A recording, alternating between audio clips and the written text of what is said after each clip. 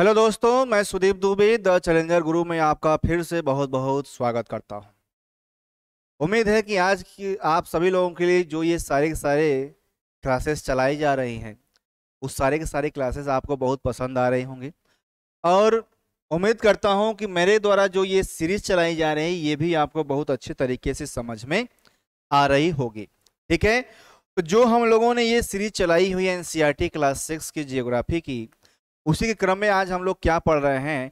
हम लोग अब पिछले वाले दो क्लासेस में जो हम लोगों ने पढ़ा है पृथ्वी के प्रमुख परिमंडलों के बारे में, ये टॉपिक थोड़ा सा बड़ा है क्योंकि इसमें परिमंडल में आपके स्थल मंडल, जल मंडल, वायुमंडल और जीव मंडल, ये सारे के सारे आपके मंडल आ जाते हैं।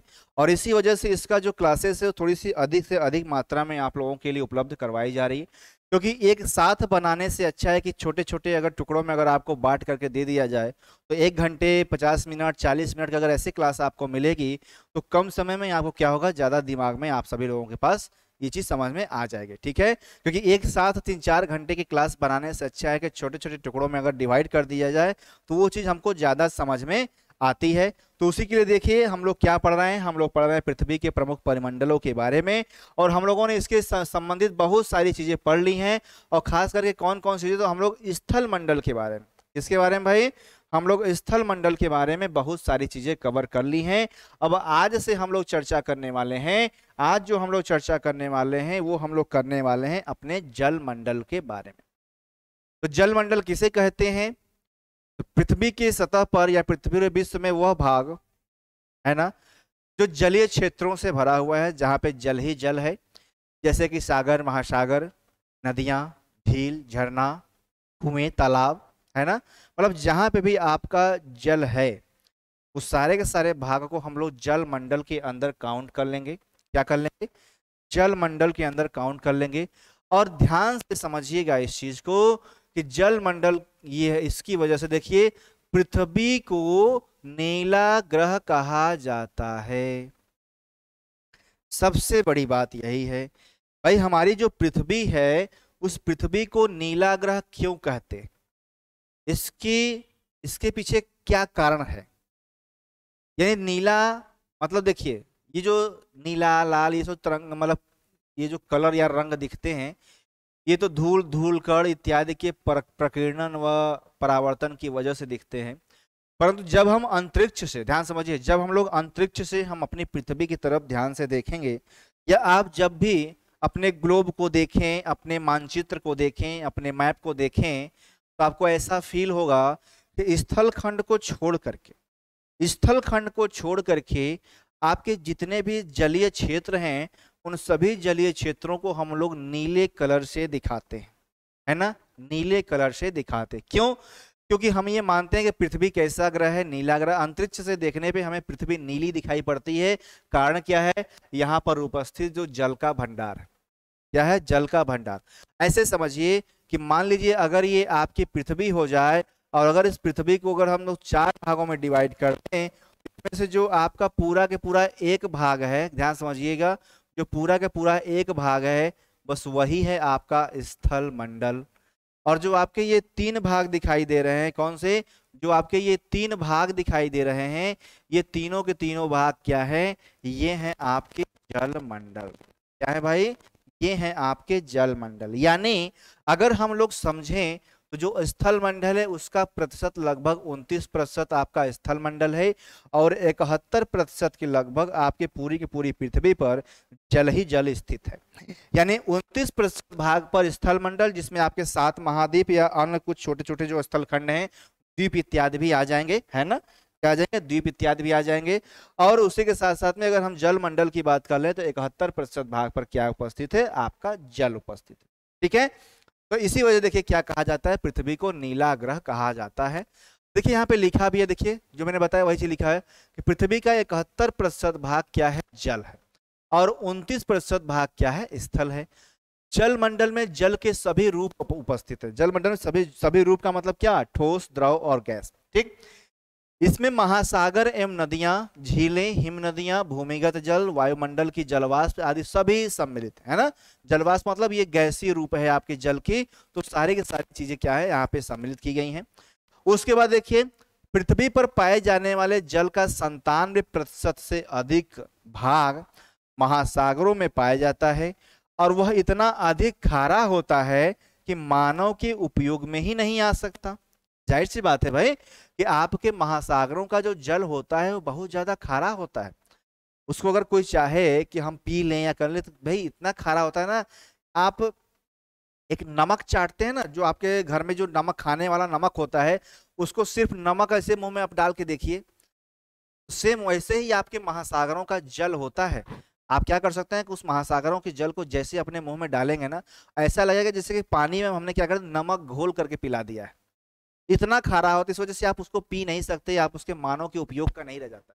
और तो जाते हैं आपके बीच पे घूमने जाते हैं, सागरों इत्यादि में नहाते हैं, लेकिन नहाने का कोई मतलब नहीं, क्योंकि वहां पे जब नहा के निकलते हैं ना तो पूरा की पूरा शरीर ना चिपचिपा सा लगता है। क्यों? क्योंकि नमक की वजह से लगता है। भाई महासागरों में क्या है? नमक है ना। तो ये चीज हो गया। अब शेष जो जल का बहुत बड़ा भाग है बर्फ की परतों एवं हिम नदियों तथा भूमिगत जल के रूप में पाया जाता है। भाई 97% क्या हो गया? महासागर का हो गया पानी। और शेष 3% बचा, उसमें आपकी बर्फ की परतें, भाई ध्रुवों पर बर्फ है, पहाड़ों पर बर्फ है, हिम नदियां हैं, हिम की नदियां, बर्फ की नदियां जो होती हैं। भूमिगत जल वो आपके जैसे जो आपका नल लगा होता है, बोर कराते हैं, बोरवेल वाला पानी हो गया, कुएं वाला पानी हो गया, ये सारे सारे पानी मिला करके आगे के 3% आपके पाए जाते हैं। ठीक है, तो ये चीज हो गई। अब उसके बाद देखिए हम लोग यहाँ पे क्या देखना है। अब हम लोग यहाँ पे अगर हम लोग देखें तो देखिए क्या लिखा है। ऊपर लिखा है कि जल का बहुत कम भाग, क्या भाई? बहुत कम भाग अलवण जल। अलवण मतलब मीठा, ऐसे समझिएगा, मीठा पानी है ना।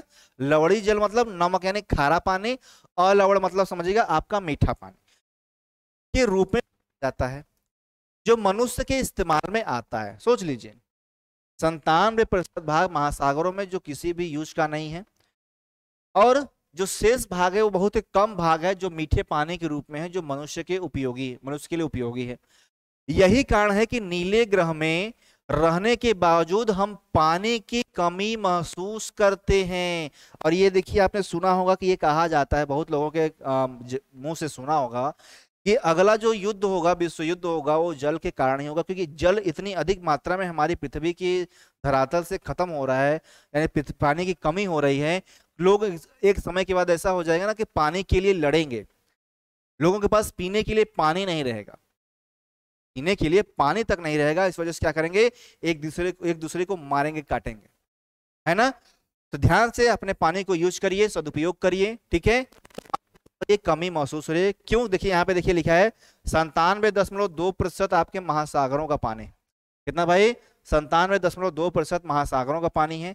आपका लगभग 0.03 क्या है आपका? देखिए यहाँ पे पीने योग्य आपका जल है, और जो आपका 2.8 के लगभग है वो क्या है? आपका हिम चादरों तथा भूगर्भ में जो संचित जल है वो है आपका उपस्थित। तो ये चीज क्या कर लीजिएगा आप, थोड़ा सा यहाँ पे एक बार देख लीजिएगा, पढ़ लीजिएगा, ठीक है।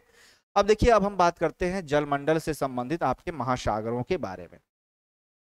भाई जलमंडल हम लोग पढ़ रहे हैं, तो जलमंडल में हम लोग महासागरों के बारे में पढ़ना पड़ेगा। तो सबसे पहले देखिए महासागर होते क्या हैं। देखिए महासागर जो है जलमंडल के मुख्य भाग हैं। भाई सबसे ज्यादा महासागर ही तो है, 71% भाग पे महासागर है ना। और ये आपस में, सॉरी 71% कर रहे हैं, आपका 71% भाग पे जलमंडल है, उसमें से जो आपके 5 बड़े बड़े महासागर ही हैं, है ना। तो जलमंडल क्या है? मुख्य भाग है, ये आपस में एक दूसरे से जुड़े हुए, ये हम लोगों ने क्या कर लिया है? चर्चा कर लिया है ना। और देखिए महासागरीय जल सतह, मतलब महासागरीय जो जल होता है वो क्या होता है? हमेशा गतिशील रहता है। सोच लीजिए, अच्छा देखिए कितनी बड़ा कॉन्सेप्ट। अच्छा प्रकृति के जो नियम होते हैं कितने देखिए अचंभित करने वाले नियम होते हैं, कि महासागरों का जो तल होता है, जो सतह होता है वो समान होता है, लेकिन जो महासागर होते हैं वो हमेशा गतिशील होते हैं। आपने सुना होगा महासागरों में तरंगे उठती हैं, ज्वार भाटा होता है, सुनामी आता है, लहरें इधर से उधर घूमती रहती हैं, टहलती रहती हैं। तो देखिए महासागरों का जो जल होता है वो हमेशा गतिशील होता है, लेकिन जो इसका तल होता है वो तल क्या होता है? वो समान होता है। क्या होता है भाई? ये तल आपका समान होता है। अब देखिए जैसे में तरंग उठी, है ना, लहरें तरंग उठी, ज्वार भाटा आ गया, महासागरीय धाराएं, गर्म जल धाराएं, ठंडी जल धाराएं। महासागरीय जल की 3 प्रमुख क्या होती हैं? गतियां होती हैं। कौन कौन सी हो गई? आपकी तरंगें, ज्वार भाटा और महासागरीय धाराएं। यानी इस प्रकार से क्या करते हैं, आपके महासागर की जो जल है वो क्या करते हैं, गति करते हैं, मूवमेंट करते हैं। अब देखिए बड़े से छोटे आकार के आधार पर क्रमशः 5, देखिए क्या मैंने बताया था, बड़े बड़े महासागर कितने हैं, 5 महासागर हैं। अब बड़े से छोटे आकार के आधार पर यहाँ पे देखिए आपको दिखाया गया है। तो सबसे बड़ा महासागर आपका प्रशांत महासागर। प्रशांत महासागर के बाद कौन सा महासागर आपका बड़ा है, अटलांटिक महासागर। अटलांटिक के बाद कौन सा महासागर हो गया, आपका हिंद महासागर। हिंद महासागर के बाद कौन सा महासागर, आपका दक्षिणी महासागर। और दक्षिणी महासागर के बाद आपका कौन सा महासागर है, आपका आर्कटिक महासागर। तो ये आपको क्या करना है, एक क्रम से आपको यहाँ पे याद रखना है। सबसे बड़ा महासागर प्रशांत महासागर, उसके बाद अटलांटिक महासागर, उसके बाद हिंद महासागर, उसके बाद दक्षिणी ध्रुव महासागर, उसके बाद आपका आर्कटिक महासागर। तो आपके ये 5 बड़े बड़े महासागर हैं जिनके बारे में क्या करना था, हमको यहाँ पे चर्चा करना था। तो आइए अब क्या करते हैं, हम लोग एक एक के बारे में अच्छे तरीके से यहाँ पे चर्चा करते हुए चलते हैं, ठीक है। तो देखिए ध्यान से, अब ध्यान से समझिए। यहाँ पे सबसे बड़ा महासागर हम लोगों ने जान लिया प्रशांत महासागर है, ठीक है। तो सबसे बड़ा महासागर है, यह पृथ्वी के 1/3 भाग पर फैला हुआ है, यानी 1/3 भाग पर कौन सा महासागर है, आपका प्रशांत महासागर है। पृथ्वी का जो सबसे गहरा भाग है जिसका नाम है, देखिए यहाँ पे मैरियाना गर्त, ये गर्त है आपका, वो प्रशांत महासागर में ही स्थित है। और इसकी जो गहराई है ये हम लोगों ने जान ली थी, गहराई कितनी है, लगभग 11,022 मीटर। यानी पृथ्वी की सतह से, यानी समुद्र के तल, पृथ्वी सतह नहीं, आपके समुद्र के तल से जब गहराई में जाएंगे या प्रशांत महासागर की गहराई में जाएंगे तो इसकी जो गहराई मिलती है लगभग 11,022 मीटर। सोचिए लगभग 1 किलोमीटर से भी ज्यादा गहराई है इसकी। सोच लीजिए कितना गहरा आपका ये मैरियाना गर्त यानी गड्ढा है ये।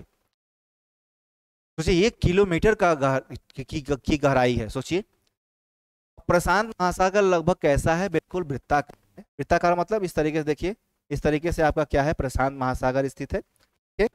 और इस प्रशांत महासागर के चारों तरफ इधर आपका कौन सा महाद्वीप हो जाएगा, इधर हो जाएगा आपका इस साइड में उत्तरी अमेरिका। आप जब मैप देखेंगे तो आपको ऐसे ही मिलेगा, हो गया उत्तरी अमेरिका, नीचे हो जाएगा आपका दक्षिण अमेरिका, ठीक है। कौन सा हो गया आपका दक्षिण अमेरिका।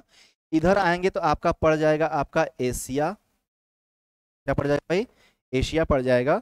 और नीचे ऑस्ट्रेलिया महाद्वीप पड़ जाएगा। तो लगभग ये 4 महाद्वीप आपके इस तरीके से 4 कोने पे स्थित हैं।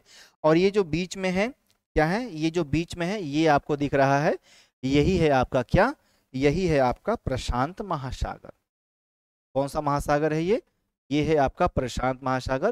तो चारों किनारे पे क्या है, आपके महाद्वीप स्थित है, उत्तरी अमेरिका, दक्षिणी अमेरिका, एशिया और ऑस्ट्रेलिया। और इसी की वजह देखिए, ये देखिए कैसा लग रहा है, बिल्कुल वृत्ताकार लग रहा है। और इसी वजह से कहा जाता है कि प्रशांत महासागर किस प्रकार का महासागर है, यानी उसकी अगर आकृति के बारे में अगर आपसे पूछे तो याद रखिएगा वृत्ताकार महासागर, ठीक है। अब देखिए आगे, एशिया, ऑस्ट्रेलिया, उत्तर और दक्षिण अमेरिका इसके चारों स्थित है, यही देखिए मैंने चीज बता दी, ठीक है। इस चीज क्या कर लीजिएगा आप लोग, याद कर लीजिएगा, देख लीजिएगा, ठीक है। चलिए देखिए अब देखिए क्या है, अब हम लोग देखेंगे आर्कटिक महासागर, अटलांटिक महासागर के बारे में, ठीक। जब अटलांटिक महासागर के बारे में देखते हैं तो देखिए लिखा क्या है, विश्व का दूसरा सबसे बड़ा महासागर है, क्या है, दूसरा। यह अंग्रेजी भाषा के एस अक्षर के आकार का है।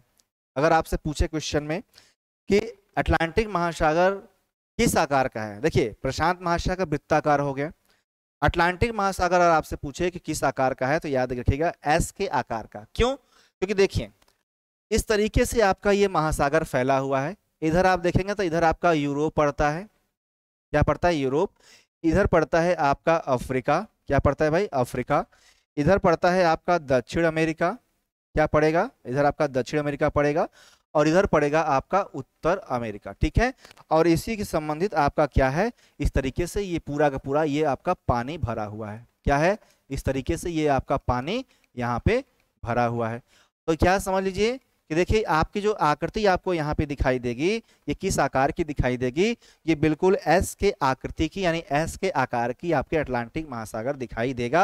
और इसी वजह देखिए इसके किनारे किनारे कौन कौन से महाद्वीप, ये देखिए बड़े अच्छे तरीके से बता दिया, यूरोप महाद्वीप, अफ्रीका महाद्वीप, दक्षिण अमेरिका और उत्तरी अमेरिका, इस तरीके से चारों किनारों पर स्थित है। और बीच में एस आकार का एक आपका अटलांटिक महासागर यहाँ पे स्थित है। इसको क्या कर लीजिएगा, अच्छे से इसको समझ लीजिएगा। अगर नहीं समझ में आए तो 1-2 बार वीडियो और देख लीजिएगा, अच्छे से समझ में आ जाएगा, ठीक। अब देखिए क्या होता है, इसके पश्चिमी किनारे पर उत्तर और दक्षिण अमेरिका, देखिए कितना अच्छे तरीके, देखिए मैंने आपको पहले ही बता दिया है, पश्चिमी, देखिए ये एरिया आपका पूरब है और ये एरिया आपका पश्चिम। तो पश्चिम में कौन कौन से आपके उत्तरी अमेरिका और दक्षिण अमेरिका है। पूरब की बात करें तो आपके यूरोप और अफ्रीका है, यही ना। देखिए पूर्वी किनारे क्या है, यूरोप और अफ्रीका महाद्वीप है। इस तरीके से क्या हो गया, आपके आपके अटलांटिक महासागर के किनारे चारों तरफ जो आपके महाद्वीप है वो निर्धारित हो गए। अब देखिए नोट क्या याद रखना है, नोट में याद रखना है कि अटलांटिक महासागर की जो तट रेखा है, क्या है, तट रेखा, वो बहुत ही अधिक दंतुरित है। दंतुरित का मतलब क्या है, कटे फटे, ऐसे समझिएगा। दंतुरित आपको यहाँ पे लिख देता हूं, दंतुरित का मतलब हो गया कटा फटा। क्या हो गया भाई, कटा फटा, है ना।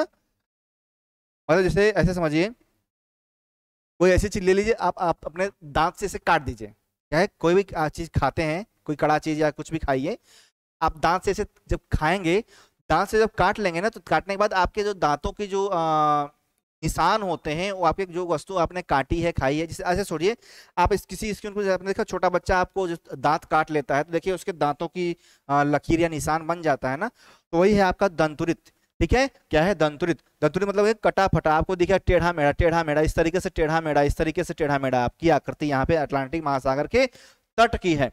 मतलब आपके जैसे उत्तरी अमेरिका का ये तट इधर से कटाफटा मिलेगा, आपको यूरोप महाद्वीप का ये कटाफटा मिलेगा, दक्षिण अमेरिका कटाफटा, यहाँ अफ्रीका महाद्वीप कटाफटा, इस तरीके से क्या है, कटाफटा ही क्षेत्र आपको मिलेगा, है ना।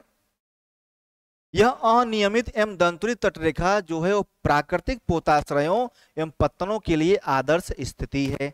सोचिए, पहले से देखिए ऐसा होता है कि अगर कहीं पे भी अगर बिल्कुल फ्लैट यानी एकदम सपाट अगर तटरेखा है, तो होता क्या है कि पानी क्या है, एकदम तट तक पहुंच जाता है, क्या है, पर तट तक पहुंच जाता है ना। तो जो प्राकृतिक पोता से ऐसे वो बंदरगाह आपने सुना होगा भाई, बंदरगाह, तो प्राकृतिक बंदरगाहों के लिए बिल्कुल आदर्श स्थिति, आराम से जाकर के नाव क्या करते हैं, बिल्कुल किनारे पर लग जाते हैं। क्या होता है, किनारे पर लग जाते हैं, क्योंकि यहाँ पे देखिए, यहाँ किनारे पे लगे, इधर से उतर गए, इधर से उतर गए, इधर से उतर गए, इधर से उतर गए, है ना। किनारे से क्या कर बिल्कुल जाकर के बीच में एकदम इस तरीके से बंदरगाह बन जाते हैं और उसका निर्माण हो जाता है। अब देखिए क्या है, और व्यापार की दृष्टि से यह सबसे व्यस्त महासागर है। आप देखिए ये सबसे इंपॉर्टेंट है कि अगर पूछे आपसे कि व्यापार की दृष्टि से सबसे व्यस्त महासागर कौन सा है, तो ये है आपका अटलांटिक महासागर। ठीक है, तो उम्मीद है कि ये चीज आपको समझ में आ गई होगी। अब चलिए इसके आगे हम लोग क्या करते हैं, चलते हैं। हम लोगों ने क्या समझ लिया, हम लोगों ने समझ लिया आपके अटलांटिक महासागर को। अब हम लोग समझेंगे आपके हिंद महासागर। तीसरा आपका बड़ा महासागर हिंद महासागर है। ठीक है, आइए हिंद महासागर को समझते हैं।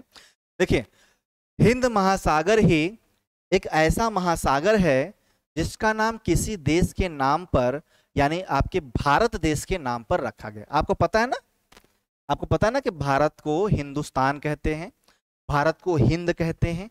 तो उसी हिंदुस्तान या हिंद के नाम पर इस महासागर का नाम हिंद महासागर रखा गया है। ये हमारे लिए गौरव की बात है। क्या है भाई, ये हमारे लिए गौरव की बात है कि किसी महासागर का नाम जब हमारे देश पे रखा गया, सोचे कितनी बड़ी बात हो गई, है ना। तो किसी देश का नाम, तो किसी देश के नाम पर किस महासागर का नाम, हिंद महासागर का। यह महासागर लगभग त्रिभुजाकार है। देख लीजिए, देख लीजिए, देख लीजिए, प्रशांत महासागर वृत्ताकार, अटलांटिक महासागर एस आकार, हिंद महासागर वृत्ताकार। ठीक, इसके उत्तर में एशिया महाद्वीप, पश्चिम में अफ्रीका महाद्वीप और पूरब में ऑस्ट्रेलिया महाद्वीप स्थित है। आप जब मैप जाकर देखिएगा, आप जब, मैं कितनी बार बोल चुका हूं आप लोगों से कि जब भी आप ज्योग्राफी पढ़िए तो आप अपने साथ एक मैपिंग का कोई एटलस ले लीजिए या कुछ ले लीजिए, मैपिंग का स्टूडेंट एटलस लीजिएगा। ठीक है, वो आपको बहुत अच्छे तरीके से, आपको अच्छे तरीके से बताएगा हर चीज। ठीक है, तो यह महासागर क्या है, आप बिना मैपिंग के ज्योग्राफी नहीं पढ़ पाएंगे, ध्यान समझिएगा। ठीक है, तो ये चीज हो गई। तो उसके उत्तर में क्या है, एशिया महाद्वीप स्थित हो गया, पश्चिम में आपका अफ्रीका है, पूरब में आपका ऑस्ट्रेलिया महाद्वीप है। ये चीज हम लोगों ने क्या की, अच्छे समझ ली। अब देखिए आते हैं दक्षिणी महासागर और आपका आर्कटिक महासागर।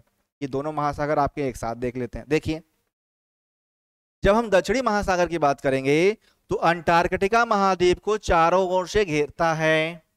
क्या भाई, अंटार्कटिका महाद्वीप को आपके चारों तरफ से घेर लेगा कौन, आपका दक्षिणी महासागर। अंटार्कटिका महाद्वीप से उत्तर की ओर 60 डिग्री दक्षिणी अक्षांश तक फैला है। अगर मान लीजिए कि ये हो गया आपका अंटार्कटिका महाद्वीप, इसके उत्तर की यानी इधर की तरफ यानी नॉर्थ की ओर कितना है, लगभग 60 डिग्री तक ये क्या है आपका, ये महासागर फैला हुआ है। कौन सा महासागर भाई? आपका ये महासागर इस तरीके से क्या है, चारों तरफ फैला हुआ है ना। यानी अंटार्कटिका महाद्वीप से उत्तर की ओर 60 डिग्री दक्षिणी अक्षांश तक ये क्या है, फैला हुआ है। सारे साउथ में है ना, ये क्या है, ये आप साउथ में है, तो वहां तक क्या है आपका दक्षिणी महासागर फैला। अब बात करें अगर हम लोग आर्कटिक महासागर की, आर्कटिक महासागर देखिए उत्तरी ध्रुव में है ना, उत्तरी ध्रुव ऊपर की तरफ उत्तर ध्रुव वृत्त में स्थित है। यहाँ पे उत्तरी ध्रुव वृत्त में स्थित है तथा यह उत्तर ध्रुव की चारों ओर फैला हुआ है। भाई उत्तरी ध्रुव है ना, उत्तरी ध्रुव दक्षिणी ध्रुव, अंटार्कटिका महाद्वीप के बिल्कुल मध्य भाग में आपका दक्षिणी ध्रुव है। और आर्कटिक महासागर के देखिए क्या है, उत्तरी ध्रुव वृत्त में स्थित है, उत्तरी ध्रुव के चारों ओर फैला हुआ है। इसका मतलब क्या हो गया कि आर्कटिक महासागर के बिल्कुल बीचों बीच आपका उत्तरी ध्रुव स्थित है ना। दक्षिणी ध्रुव अंटार्कटिका महाद्वीप के मध्य में और उत्तरी ध्रुव आर्कटिक महासागर के मध्य में, ये आपने समझ लिया। अब यह प्रशांत महासागर से छिछले जल वाले, छिछला का मतलब होता है बहुत कम गहरा, है ना, एक संकरे भाग से जुड़ा है जिसे बेरिंग जल संधि के नाम से जाना जाता है। और यह उत्तरी अमेरिका के उत्तरी तटों व यूरेशिया से घिरा हुआ है ना। अब इसको थोड़ा सा यहाँ पे मैं समझा देता हूँ। आपने ये देखा होगा, मान लीजिए आपने क्या बना, ये आपने एशिया बना दिया और इस तरीके से क्या बना दिया, ये आपने उत्तरी अमेरिका बना दिया। इस तरीके से आपका ये मैप आपको दिखेगा, तो इस तरीके से याद रखिएगा, ठीक है। आप जाएंगे ना तो आप एशिया, ये हो गया आपका एशिया और ये हो गया आपका नॉर्थ अमेरिका, ठीक है, नॉर्थ अमेरिका।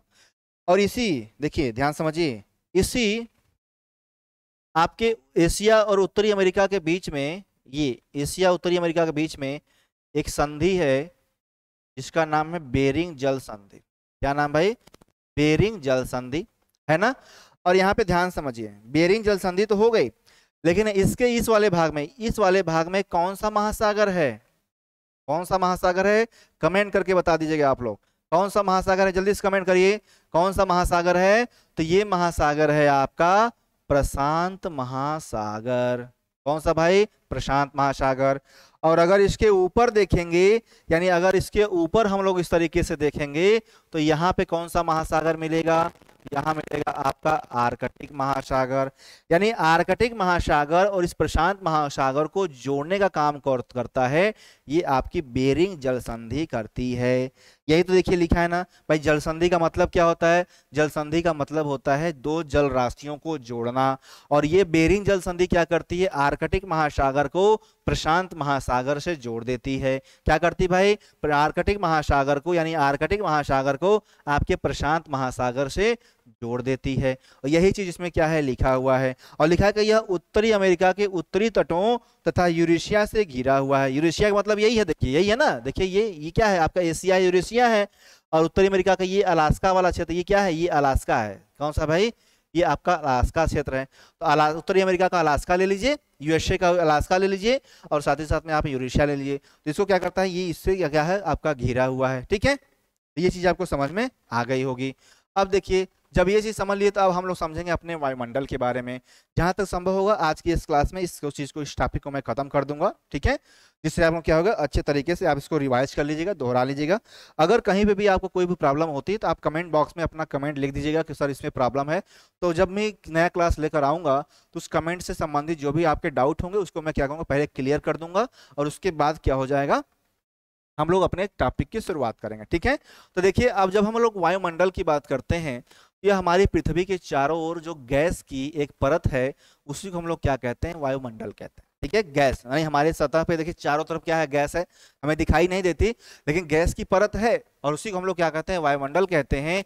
और वायु की यह पतली परत जो है इस ग्रह का एक महत्वपूर्ण अटूट भाग है, क्योंकि अगर ये नहीं होगी तो हमारा जो पृथ्वी का जो तापमान इत्यादि है या हम जो सांस लेते हैं ये ही संभव नहीं हो पाता, ठीक है। तो ये चीज ध्यान रखनी थी। यह हमें ऐसी वायु प्रदान करती है जिससे हम लोग क्या करते हैं, सांस ले पाते हैं। और यह वायुमंडल हम लोगों को सूर्य की कुछ हानिकारक किरणों से बचाती है। जैसे कि आपको ओजोन के बारे में सुना होगा।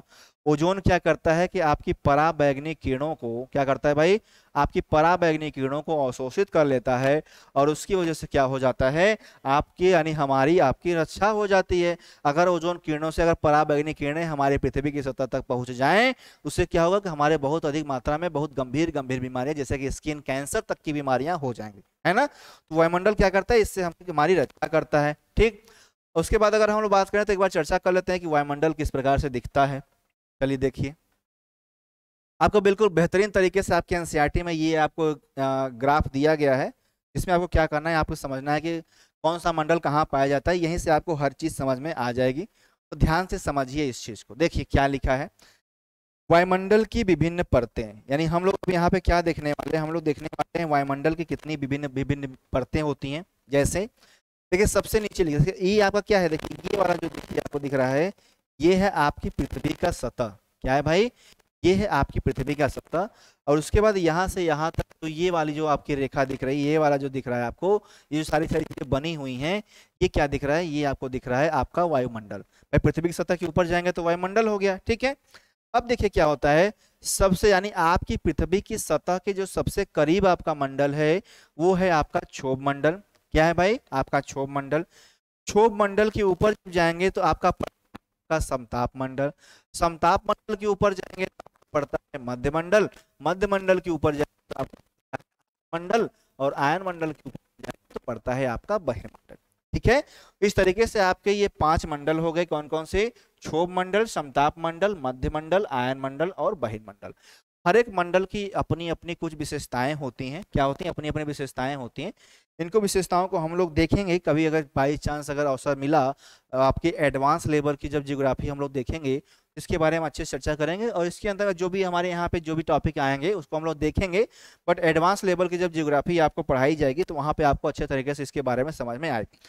यहाँ पे बिल्कुल बेसिक चीज आप यहाँ पे समझिए, क्या कि क्षोभ मंडल में क्या होती है, एक छोटी सी चीज मैं बता देता हूँ होती हैं, जैसे कि बादल बनना, वर्षा होना, कोहरा पड़ना, है ना, उसके साथ साथ में ओला पड़ना, बर्फ पड़ना, है ना, हवाओं का चलना, चक्रवात आना, प्रतिचक्रवात आना, बनना, ये सारे के सारी चीजें किस आपके मंडल में होती हैं, ये सारी सारी चीजें आपके क्षोभ मंडल में होती हैं। और समताप मंडल में क्या होती है, समताप मंडल में याद रखेगा कि समताप मंडल में एक चीज होती है, जैसे आपने यहाँ पे देख रहे हैं ना, आपको जहाज दिख रहा है, तो क्षोभ मंडल में जहाज नहीं उड़ते, ये चीज आप समझ लीजिएगा।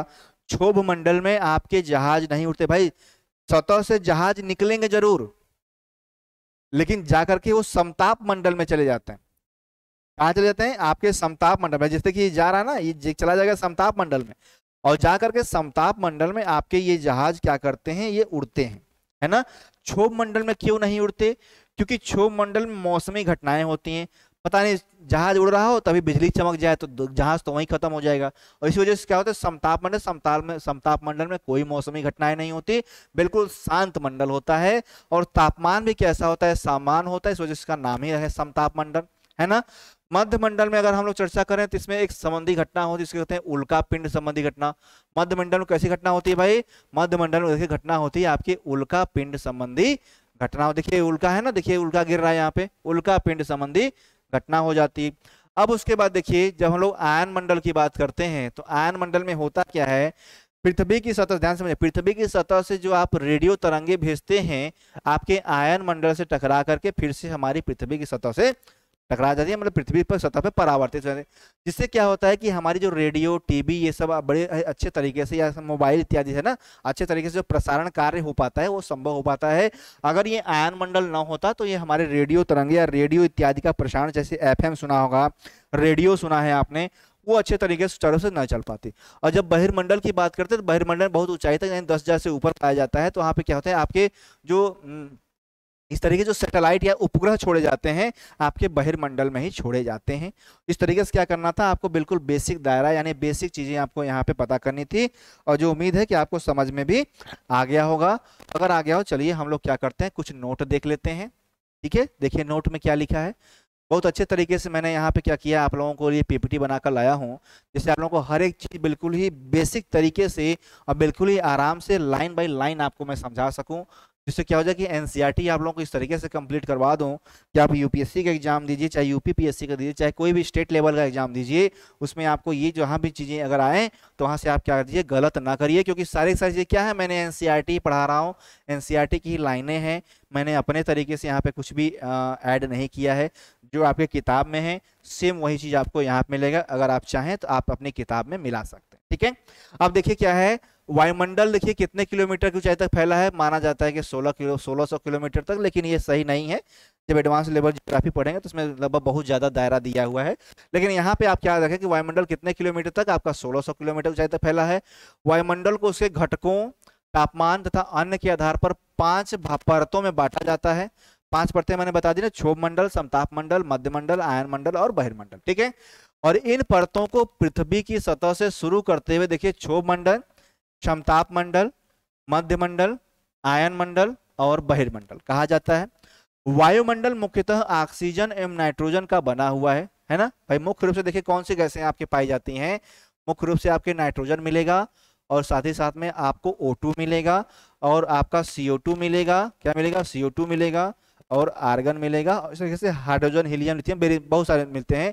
लेकिन मुख्य रूप से देखिए आप क्या लिखा है, ऑक्सीजन और नाइट्रोजन, यानी नाइट्रोजन का जो प्रतिशत मिलता है ना वो लगभग 78%, और जो ऑक्सीजन का प्रतिशत मिलता है लगभग 21%, यानी अगर मिला लिया जाए तो लगभग 78 और 21 आप जोड़ दीजिए तो सोचिए कि 99% भाग तो आपका सिर्फ और सिर्फ नाइट्रोजन और ऑक्सीजन, यही दो गैसें छेकी मतलब कि कवर करती हैं। 99% भाग, सोचिए 99% भाग सिर्फ और सिर्फ आपकी दो गैसें उपस्थित हैं, कौन कौन सी, आपकी नाइट्रोजन और साथ ही साथ में ऑक्सीजन, 78, 21, 99। ठीक है, उसके बाद जो 1% जो गैसें हैं, उन्हीं 1% गैसों में से 0.038% आपका CO2 हो जाता है, और 0.93% हो जाता है आपका आर्गन। और उसके बाद जो शेष बची कुछ 0.0005 इस तरीके से करते करते आपकी हाइड्रोजन, हीलियम, ये सारी सारी गैसें मिलती हैं। लेकिन मोटी मोटा अगर समझें तो आपका जो गैस वायुमंडल बना हुआ है मुख्य रूप से 99% आपका जो भाग कवर करता है वो आपका नाइट्रोजन और ऑक्सीजन ही करता है। तो ये चीज क्या कर लिया हम लोगों ने, अच्छे तरीके से यहाँ पे समझ लिया। अब जब इसके आगे अगर हम समझेंगे तो देखिए आयतन के अनुसार क्या बात कही गई है। जब हम लोग आयतन के अनुसार बात करते हैं तो वही जो मैंने अभी बताया कि 78%, 21%, देखिए नाइट्रोजन के बारे में कहा जाता है कि 78% कवर करता है, ऑक्सीजन के बारे में कहा जाता है कि 21%, तथा दूसरी गैसें जैसे कि कार्बन डाइऑक्साइड हो गया, आर्गन हो गया इत्यादि की मात्रा कितनी है, लगभग 1% के लगभग है।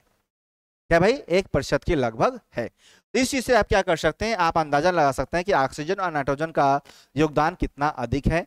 देखिए ऑक्सीजन क्या करता है, ऑक्सीजन सांस लेने के लिए आवश्यक है, जबकि नाइट्रोजन प्राणियों की वृद्धि के लिए आवश्यक है ना भाई। नाइट्रोजन क्या है, तो नाइट्रोजन स्थिरीकरण होता है, नाइट्रोजन का अलग रूप से क्या होता है कि जो पेड़ पौधे नाइट्रोजन का उपयोग करते हैं अपनी वृद्धि के लिए, तो नाइट्रोजन के रूप में नहीं करते हैं, वो अलग तरीके से उस नाइट्रोजन का परिवर्तन कर देते हैं अपने तरीके से, उसके बाद क्या करते हैं उनका उपभोग करते हैं। ठीक है, तो नाइट्रोजन का उपयोग करिए किसके लिए, वृद्धि के लिए। यहाँ तक कि हम लोग भी क्या करते हैं, हम लोग भी क्या करते हैं भाई, हम लोग भी नाइट्रोजन का उपयोग करते हैं किसके लिए, अपनी वृद्धि और विकास के लिए उपयोग होता है। और नाइट्रोजन जो निकलता है ना, आप ध्यान दें, जो उर्वरक उद्योग होता है, उर्वरक उद्योग, वहां से भी आपका नाइट्रोजन निकलता है। ठीक है।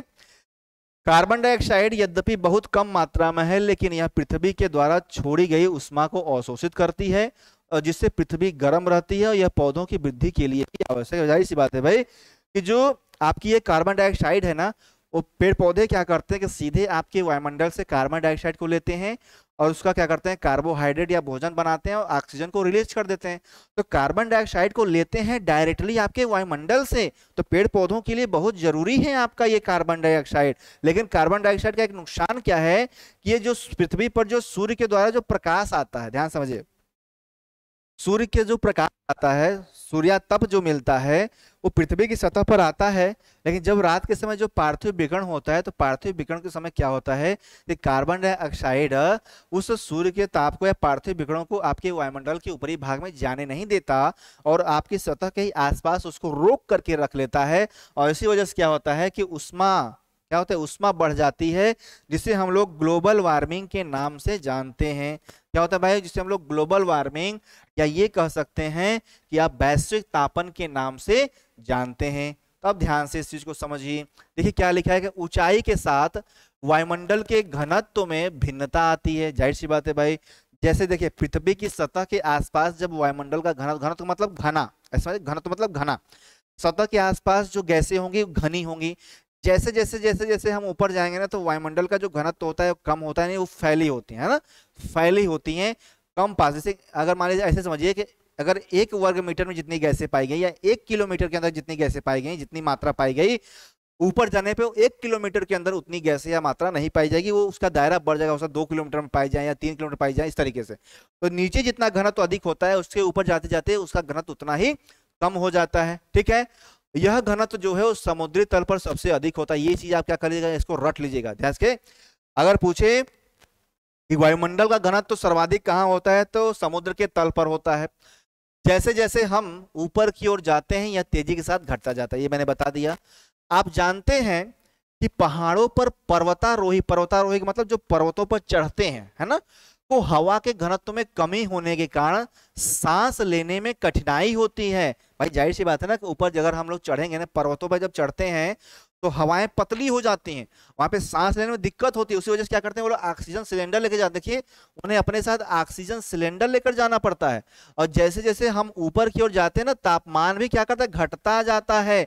और कितना घटता है, आप अगर 1 किलोमीटर की ऊंचाई पर जाएंगे तो लगभग 6.5 डिग्री सेल्सियस तापमान में क्या होती है, कमी हो जाती है। या 165 मीटर की ऊंचाई पर जाएंगे तो 1 डिग्री सेल्सियस तापमान में कमी हो जाती है। यानी जैसे जैसे हम पृथ्वी की सतह से ऊंचाई पर जाएंगे आपका तापमान क्या होता है, कम होता है। क्यों? क्योंकि हवाएं पतली हो जाती हैं, हवाएं कम हो जाती हैं। ठीक है, देखिए क्या है, देखिए वायुमंडल पृथ्वी पर दबाव डालता है, जाहिर सी बात है। वायुदाब आपने सुना होगा नाम ना, आपने वायुदाब का नाम सुना होगा। पृथ्वी क्या, वायु क्या करती हैं, हमारी पृथ्वी की सतह पर वायु का दबाव डालती हैं। यह एक स्थान से दूसरे स्थान पर अलग अलग होता है, लेकिन कुछ क्षेत्रों में हमें अधिक दाब भी महसूस होता है। जैसे ठंडी वाले दिनों में, आप ठंडी वाले दिनों में क्या करते हैं भाई, नीचे वायुदाब बहुत अधिक हो, भाई ठंडे प्रदेशों में वायुदाब अधिक होगा, ध्यान समझिएगा। ठंडा प्रदेश अगर हुआ तो आपका वायुदाब अधिक होगा, क्या होगा, वायुदाब अधिक होगा। और गर्म प्रदेश हुआ तो आपका वायुदाब कम होगा। तो ये चीज आप क्या कर लीजिएगा, ये चीज आप समझ लीजिएगा। ठीक है, अब देखिए उसके बाद हम लोग क्या करेंगे, उसको देखिए जबकि लिखा है, क्या लिखा है भाई, जबकि, ध्यान समझिए, जबकि कुछ क्षेत्रों में कम, यानी कुछ क्षेत्रों में मैंने बताया ना, ठंडे प्रदेशों में या ध्रुवों पर देखिए, ध्रुवों पर जहां बर्फ जमा रहता है वहां पे क्या होगा, वायुदाब अधिक होगा। और उष्ण कटिबंधीय क्षेत्रों में देखिए जहां क्या होगा, जहां पे गर्मी यानी सूर्य का प्रकाश मिलता है, ताप मिलता है, वहां पे क्या होगा, वायुदाब कम होगा, है ना। तब यहाँ पे देखिए क्या होगा कि जबकि कुछ क्षेत्रों में कम मिलेगा, ये तो समझ लिया। अब देखिए वायुदाब, वायु क्या होती है, वायुदाब देखिए उच्च वायुदाब से निम्न वायुदाब की ओर बहती है। क्या होती है भाई, वायुदाब। जैसे मान लीजिए यहाँ अगर हाई प्रेशर हो और यहाँ लो प्रेशर हो, या देखिए हाई प्रेशर और लो प्रेशर मतलब उच्च दाब और लो दाब, निम्न दाब, तो जो हवाएं होंगी कैसे चलेंगी, हवाएं होंगी वो हाई प्रेशर से लो प्रेशर की ओर चलेंगी। ठीक है, कैसे चलेंगी भाई, वो हाई प्रेशर से लो प्रेशर की ओर चलेंगी। मान लीजिए अगर यहाँ पे 1013 MB में, ठीक है, का दाब हो और यहाँ पे 990 ही हो, तो हवाएं कैसे चलेंगे भाई, यहाँ पे 1013 से लेकर के आपका 990 MB के हिसाब से आपकी हवाएं चलेंगी, है ना। तो हवाएं जब भी चलती हैं तो उच्च दाब से लेकर के निम्न दाब की तरफ चलेंगी, यानी ठंडी से गर्म हवाओं की तरफ चलेंगी। ये चीज आपको समझनी थी, आप समझ लीजिएगा। आगे देखिए लिखा है जीवमंडल। जब हम जीवमंडल के बारे में देखते हैं तो मैंने आपको यहाँ पे थोड़ी चर्चा पहली वाली क्लास में कर दिया था कि जीवमंडल किसे कहते हैं। तो जहाँ पे स्थल मंडल, जल मंडल और वायुमंडल मिले वही कहलाता है आपका जीवमंडल, यानी वहीं पे आपका जीवन संभव हो पाता है। क्या होता है भाई, वहीं पे आपका जीवन संभव हो पाता है।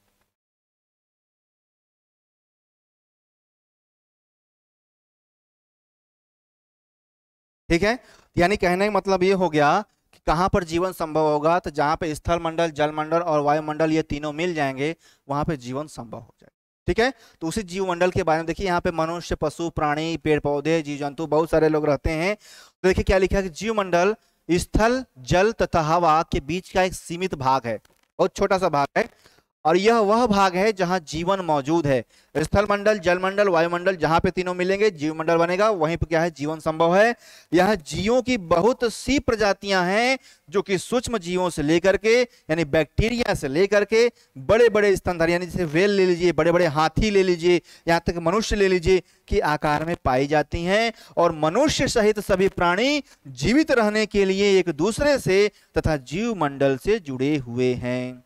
क्या है भाई, जीवमंडल से जुड़े हुए हैं। इसका कहने का मतलब क्या हो गया कि जितने भी मनुष्य हैं, जितने भी प्राणी हैं, अगर जीवमंडल में रहते हैं तो सांस लेंगे हवा वायुमंडल से, स्थल मंडल पे घर बनाएंगे और जल यानी पीने के लिए उनको पानी चाहिए।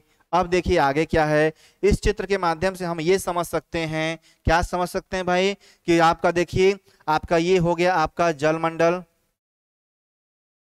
क्या हो गया, ये हो गया आपका जलमंडल यानी जैसे कि जल, ये हो गया आपका वायुमंडल जैसे कि हवा, ये हो गया आपका स्थल मंडल जैसे कि पृथ्वी, और ये जो तीनों जहां मिलते हैं, देखिए ये वाला क्षेत्र, देखिए आपको ये दिख रहा है ना, जैसे देखिए ये वाला क्षेत्र, ये जहां मिलेंगे वहां पे निर्माण हो जाएगा आपका क्या, वहां पे बन जाएगा आपका जैव मंडल। क्या बन जाएगा भाई, वहां पे बन जाएगा आपका जैव मंडल। तो इस चीज को क्या करेगा आप याद कर लीजिएगा। अब देखिए नीचे नोट क्या लिखा है, नोट बहुत ही बेहतरीन नोट लिखा है, देखिए क्या, कि जीवमंडल के प्राणियों को, किसको भाई, जीवमंडल के प्राणियों को मुख्यतः दो भागों जैसे कि जंतु जगत और एक पादप जगत में विभक्त किया जा सकता है।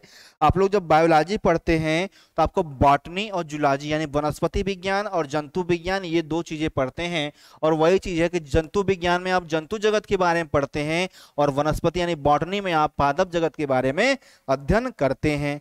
उसके बाद देखिए क्या लिखा है, उसके बाद देखिए है कि पृथ्वी के ये तीनों परिमंडल कौन कौन से, स्थल मंडल, जल मंडल और वायुमंडल, पृथ्वी के ये तीनों परिमंडल आपस में क्या करते हैं, पारस्परिक क्रिया करते हैं तथा एक दूसरे को किसी न किसी रूप में प्रभावित करते ही करते हैं।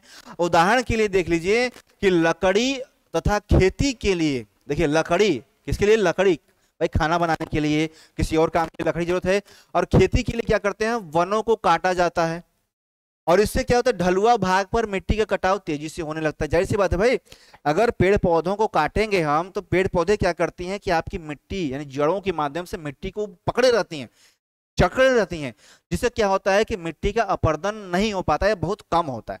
लेकिन अगर हम करने का मतलब है कि आप अगर पेड़ पौधों को ही समाप्त कर दें तो सोचिए कि क्या हो जाएगा, कि पेड़ पौधे ही नहीं रह गए तो मिट्टी वहां पे क्या होगी, भुरभुरी हो जाएगी, वहां पे थोड़ा सा भी पानी बरसेगा तो वहां की मिट्टी घुल करके अपरदित होकर के कहीं और चली जाएगी, है ना। तो इस तरीके से क्या हो जाएगा कि लकड़ी और खेती के लिए क्या करते हैं, वनों को काट देते हैं, वनों को काटने में ढलुआ भाग बन जाता है, मिट्टी का कटाव तेजी से होने लगता है।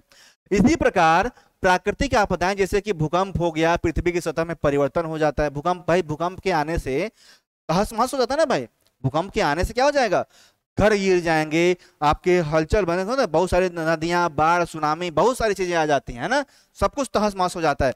और हाल ही में देखा जाए तो सुनामी के कारण अंडमान और निकोबार द्वीप समूह का कुछ भाग पानी में डूब गया। जो 2004 में सुनामी आई थी, आपको याद होगा, अगर पढ़ा होगा तो 2004 में सुनामी आई थी, जो वर्मा प्लेट और इंडियन प्लेट के जो दबने की वजह से जो हिंद महासागर में जो सुनामी आई थी बंगाल की खाड़ी में, वो क्या हो गया, उसी की वजह से जो आपका अंडमान निकोबार का जो कुछ भाग है वो पानी में डूब गया, और झीलों तथा नदियों में जो दूषित पदार्थ है वो प्रवाहित होने से उनका जल मानव के इस्तेमाल के लायक नहीं रह जाता, और यह जल दूसरे जीवों के लिए भी नुकसान पहुंचाता है, जिससे बहुत अधिक मात्रा में जल प्रदूषण फैल जाता है, और उसे जल प्रदूषण के कारण हमारे अंदर, किसी मनुष्य के अंदर बहुत सारे गंभीर बीमारियां उपस्थित हो जाती हैं। और ये चीज क्या कर लीजिएगा, सभी चीजों को आप लोग अच्छे तरीके से इसको याद कर लीजिएगा। और उसके बाद अगर मैं यहाँ पे बताऊं तो देखिए क्या लिखा गया है, लिखा है कि उद्योगों, तापीय विद्युत संयंत्रों, मतलब जो आपका होता है ना रिएक्टर जो होते हैं आपके कोयले इत्यादि संबंधित, है ना, जो विद्युत जहां पर उत्पादन होता है, गाड़ियों का उत्सर्जित पदार्थ वायु को प्रदूषित करता है। जाहिर सी बात है भाई, गाड़ियों का जो देखिए आप जो वो लगा होता है ना, जो क्या बोलते हैं, जहां से धुआं निकलता है, उससे देखिए कितनी अधिक मात्रा में वायु प्रदूषण होता है। कार्बन डाइऑक्साइड वायु का एक महत्वपूर्ण घटक है। क्या भाई, कार्बन डाइऑक्साइड क्या है, वायु का महत्वपूर्ण घटक है। लेकिन कार्बन डाइऑक्साइड की मात्रा में वृद्धि के कारण पृथ्वी के तापमान में वृद्धि हो रही है, जिसे हम लोग भूमंडलीय तापन कहते हैं। ये चीज मैंने आपको बता दी है कि भूमंडलीय तापन या वैश्विक तापन के लिए सबसे ज्यादा जिम्मेदार कौन सा आपका गैस है, वो है आपका कार्बन डाइऑक्साइड। क्यों? क्योंकि कार्बन डाइऑक्साइड पृथ्वी पर सूर्य के प्रकाश को या सूर्य के ताप को आने तो देता है, परंतु वही जब पार्थिव विकिरण के रूप में, जब वही आपका पार्थिव विकिरण या दीर्घ तरंगे वायुमंडल से बाहर जाने का प्रयास प्रयास करती हैं तो कार्बन डाइऑक्साइड क्या करता है, उसको यहीं पे पृथ्वी के आसपास ही रोक लेता है, या कह सकते हैं कि उष्मा को अवशोषित कर लेता है, जिसकी वजह से क्या होता है कि हमारा जो आपके वायुमंडल का तापमान है या पृथ्वी की सतह के आसपास का तापमान है ये बढ़ जाता है। ठीक, और इसीलिए देखिए भूमंडल, वायुमंडल, जलमंडल के बीच प्राकृतिक संतुलन को बनाए रखने के लिए पृथ्वी के संसाधनों का सीमित उपयोग की जरूरत है, या हमें क्या करना है कि जो भी हम उपयोग करें, जो भी हम संसाधनों का दोहन करें तो बड़ा ही सोच समझ के करें, क्योंकि आपने सतत विकास का नाम सुना है, आपने सुना होगा सतत विकास। अब सतत विकास क्या है, मतलब क्या होता है, मैं एक छोटे से लाइन में आपको मैं बता देता हूं। जैसे अभी वर्तमान में जो भी हमारे पास संसाधन हैं, हम उनका जो उपयोग है इस प्रकार से करें कि हमारे जो आने वाली पीढ़ियां हैं उनके लिए ये संसाधन बचे रहें। क्या है भाई, यानी भावी पीढ़ियों के लिए अपने जो, जैसे देखिए हम जो संसाधनों का उपयोग कर रहे हैं, जब हमारी पीढ़ियां आए, हमारे बच्चों के बच्चे आए, बच्चों के बच्चे आए, वो क्या कर सके, वो भी तो ये जान सकें कि हमारे समय में यानी दादा परदादा के समय में ये चीज उपस्थित थी और आज के समय में भी हमारे पास ये चीज उपस्थित है ना। तो जब अगर हम लोग ये जान जाएंगे तो उसी को हम लोग कहते हैं सतत विकास का लक्ष्य, और ये हम लोग पढ़ेंगे बहुत अच्छे तरीके से।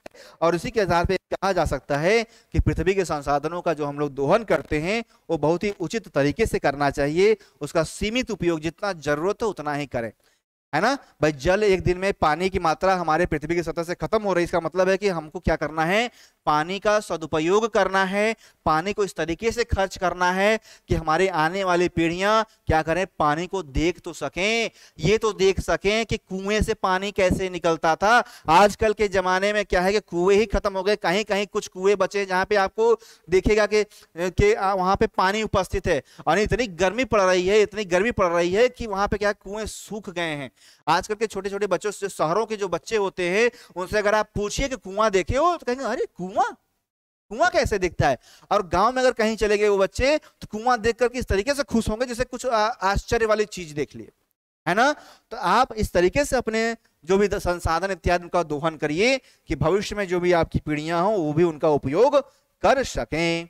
यही चीज क्या थी, यही चीज को हम लोग क्या करना था, आज की इस क्लास में समझना था। और उम्मीद करता हूं कि ये क्लास आपको बहुत ही पसंद आई होगी। अगर पसंद आई होगी तो इस क्लास को लाइक करिएगा, शेयर करिएगा और सब्सक्राइब जरूर करिएगा, और शेयर जरूर करिए, क्योंकि शेयर जरूर करना बहुत जरूरी है। क्योंकि ये जो मैं कंटेंट ला रहा हूं आप सभी लोगों के लिए, ये आपके टारगेट में रखकर ला रहा हूं, यूपीपीएससी, यूपीएससी इत्यादि को। और जहां पे भी स्टेट लेवल के एग्जाम में आते हैं ज्योग्राफी, उन सभी जगहों पर ही आपकी ज्योग्राफी जितनी अधिक मात्रा में पूछी जाती है, उन सभी जगहों पर क्या हो जाएगा, ये सारी की सारी चीजें बहुत ही इंपॉर्टेंट है आप लोगों के लिए, है ना। तो बहुत ही अच्छे तरीके से क्या किया हम लोगों ने, अध्याय 5 को कंप्लीट कर लिया है। आपके 3 लेक्चर में मैंने कंप्लीट किया है और बड़े ही आराम से किया है, और उम्मीद करता हूं कि ये आपको लेक्चर बहुत ही पसंद आएगा। तो वही फिर से बात है, लाइक शेयर और सब्सक्राइब करना मत भूलिएगा, ठीक है।